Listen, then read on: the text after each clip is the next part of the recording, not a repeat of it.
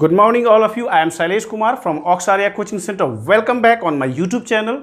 Dear students, आज मैं आप लोगों के साथ फिर से उपस्थित हूँ एक नए सीरीज के साथ, यानी कि वर्ड प्रॉब्लम का सीरीज, जो कि क्लास 10 के लिए दो चर वाले रैखिक समीकरण में भाषा संबंधित क्वेश्चन को मैं लेके अपीयर हुआ हूँ। तो आइए देखते हैं बिना देर किए हुए एक बहुत ही बेहतरीन क्वेश्चन जो कि CBSE में कई बार पूछा जा चुका है।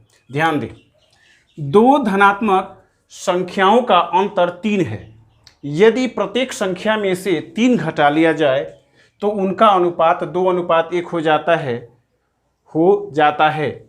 उनका अनुपात 2:1 हो तो संख्याएं याद करें। अब यहाँ पे थोड़ा सा ध्यान देने वाली बात है कि क्वेश्चन को रीड आउट करते समय ध्यान देना है कि दो धनात्मक संख्याओं का अंतर कितना है? 3। यानी दो संख्याएं हैं, एक पहली संख्या होगी और एक दूसरी संख्या होगी, और दोनों का अंतर मतलब दोनों का घटाव, पहली संख्या माइनस दूसरी संख्या इक्वल टू 3। ध्यान देंगे, यदि प्रत्येक संख्या में से 3 घटा लिया जाए, यानी पहली संख्या -3 और फिर दूसरी संख्या -3, तो उनका अनुपात 2:1 हो जाता है। तो संख्याएं ज्ञात करें।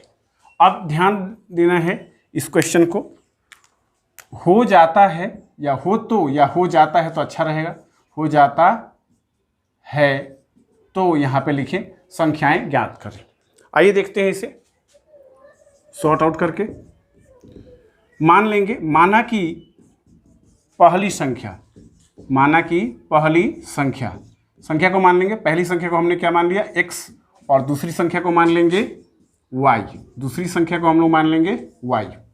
पहली संख्या को हम लोगों ने x माना और दूसरी संख्या को हम लोगों ने y मान लिया। अब हमें ध्यान देना है कि दो धनात्मक संख्याओं का अंतर 3 है, यानी कि हम लोग लिख सकते हैं कंडीशन फर्स्ट क्या कह रहा है कि x माइनस ऑफ y, दो धनात्मक संख्याओं का अंतर कितना है? 3, यानी दोनों का अंतर 3 है। और कंडीशन नंबर 2 ये कह रहा है कि यदि प्रत्येक संख्या में से 3 घटा लिया जाए, दैट मीन्स पहली संख्या x -3 कर लिया जाए और दूसरी संख्या y -3 कर लिया जाए, तो इनका अनुपात जो हो जाता है 2:1, यानी 2/1 हो जाता है। तो सबसे पहले इसे हम लोग सॉर्ट आउट कर लेंगे, यानी अब हमें इसे क्या करना है? बाइसियम करना है।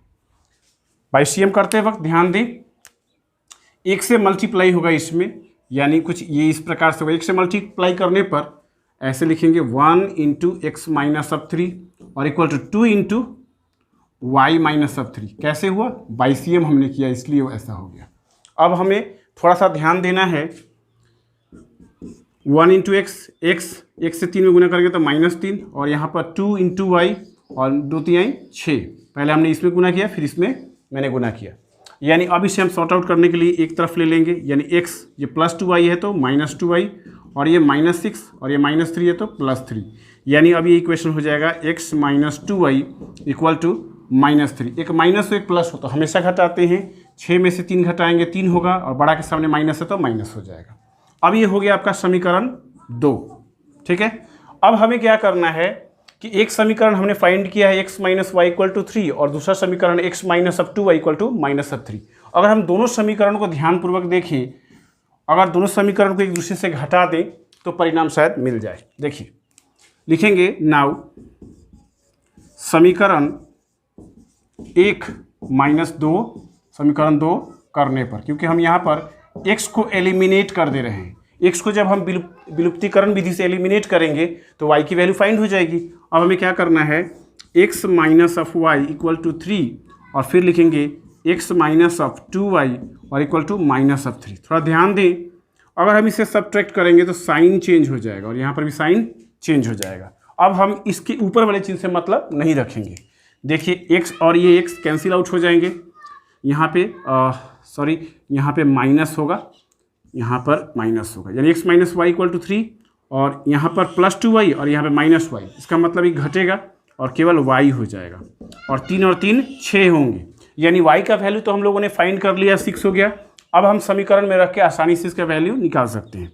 अब समीकरण 1 में रख लें। समीकरण 1 में y = 6 रखने पर रख दिया जाए, यानी कि समीकरण 1 है x - y = 3, इसलिए हम लोग x का वैल्यू x माइनस वाई का फोटो लगाएंगे 6 और ये हो जाएगा 3।